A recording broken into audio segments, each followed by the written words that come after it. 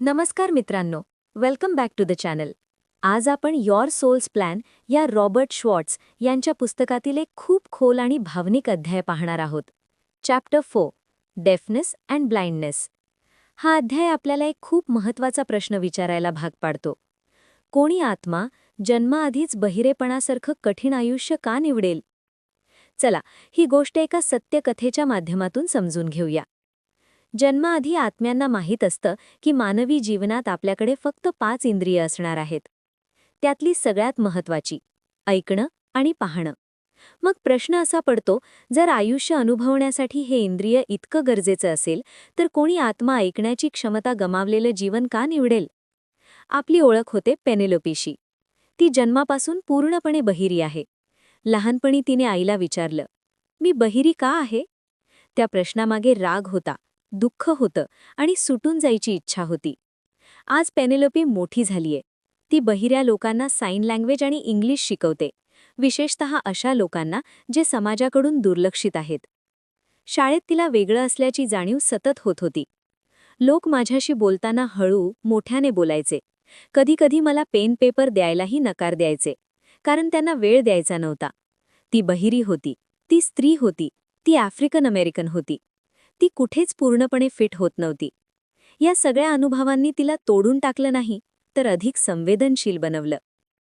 Penelope सांगते, मी दुर्लक्षित लोकांसाठी जास्त संवेदनशील आहे. माझं बहिरेपण मला करुणा शिकवतं. जेव्हा तिला विचारण्यात आलं, तुला का वाटतं तू बहिरी म्हणून जन्माला आलीस? माझ्या हृदयाला माहीत होतं, मला दुर्लक्षित लोकांना समजून घ्यायचंय. गटांमधल्या भिंती तोडायच्या आहेत. पेनेलोपी एका सायकिक सेशनमध्ये जाते. तेथे एक धक्कादायक सत्य समोर येतं. मागील जन्मात तिने लहानपणी तिच्या आईचा खून ऐकला होता. भांडणाचे आवाज, गोळ्यांचा आवाज, किंचाळ्या. ते आवाज तिच्या आत्म्यात कोरले गेले. Pre birth decision. Spirit guide. तुला पुन्हा हे आवाज ऐकायचे नाहीत का? पेनेलोपी. आत्मा. नाही, मला शांतता हवीये.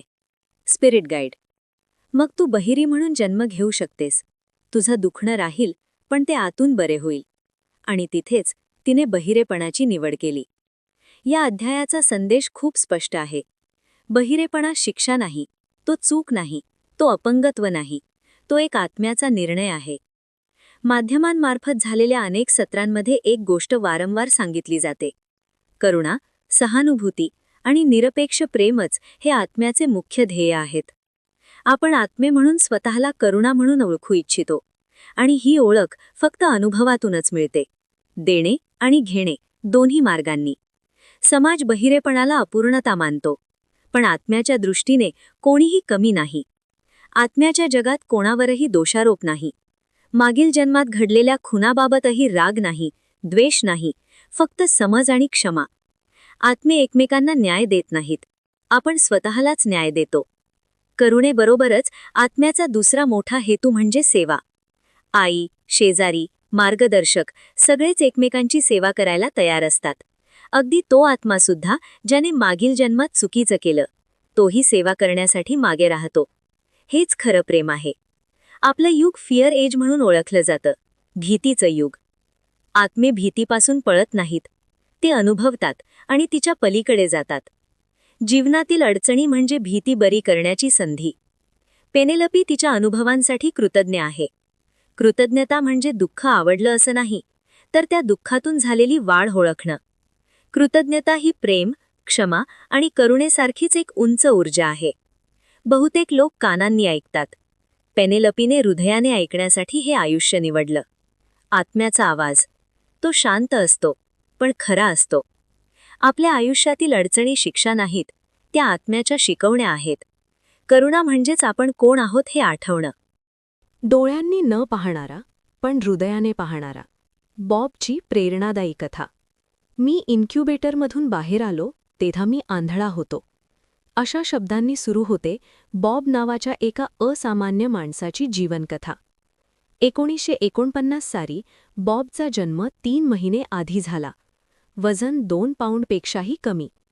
इन्क्युबेटरमधील जास्त ऑक्सिजनमुळे त्याच्या डोळ्यांना कायमस्वरूपी इजा झाली आणि बॉब जन्मापासूनच आंधळा झाला. पण त्याला कधीच मी वेगळा आहे असं सांगितलं गेलं नाही. त्याची आई म्हणायची, काही लोक डोळ्यांनी पाहतात, तू हातांनी पाहतोस. शाळेत इतर मुले पेन-पेन्सिल वापरत होती, बॉब शिकत होता ब्रेल लिपी. लोक म्हणायचे, तो खास आहे. पण या खास शब्दामागे वेदना होत्या. एकटेपणा, चेष्टा, दुर्लक्ष. तरीही बॉबने कधी स्वतःला कमकुवत मानलं नाही. त्याचा साधेपणा आणि निरागसपणा त्याचं बळ ठरलं. त्याची आई त्याचा खरा आधार होती. तिने त्याला सगळं स्पर्श करून शिकू दिलं. तुटणाऱ्या वस्तूंपेक्षा त्याचा आत्मविश्वास तुटू नये हे तिला जास्त महत्त्वाचं वाटत होतं. 15व्या वर्षी बॉब म्युझिक कॅम्पला गेला. पहिल्यांदाच तो पूर्णपणे स्वीकारला गेला. तो क्लारिनेट वाजवायचा, आवाज ऐकून गाडीचा हॉर्न कोणत्या सुरात आहे हे ओळखायचा. त्या क्षणी बॉबला जाणवलं, माझ्याकडे डोळे नाहीत, पण माझ्याकडे देणगी आहे. बॉबने ओबर्लिन कॉलेजमधून पदवी घेतली. दृष्टी असलेल्या विद्यार्थ्यांमध्ये कोणतीही सवलत न घेता. त्याने स्वतःची ओळख स्वीकारली. स्वतःवर प्रेम करायला शिकलं. बॉबच्या आयुष्यात आला हार्ली, त्याचा मार्गदर्शक कुत्रा. हार्लीने बॉबचा जीव वाचवला. त्याला सुरक्षिततेची आणि विश्वासाची जाणीव दिली. बॉब म्हणतो, हार्लेसोबत चालताना मी माझा आंधळेपण विसरायचो. बॉब कधी आकाश, तारे, चंद्र पाहू शकला नाही. पण तो पाहू शकतो दयाळूपणा, प्रेम, माणुसकी. तो म्हणतो, आम्ही आंधळे लोक दयाळूपणाचे मोजमाप करणारे थर्मामीटर असतो.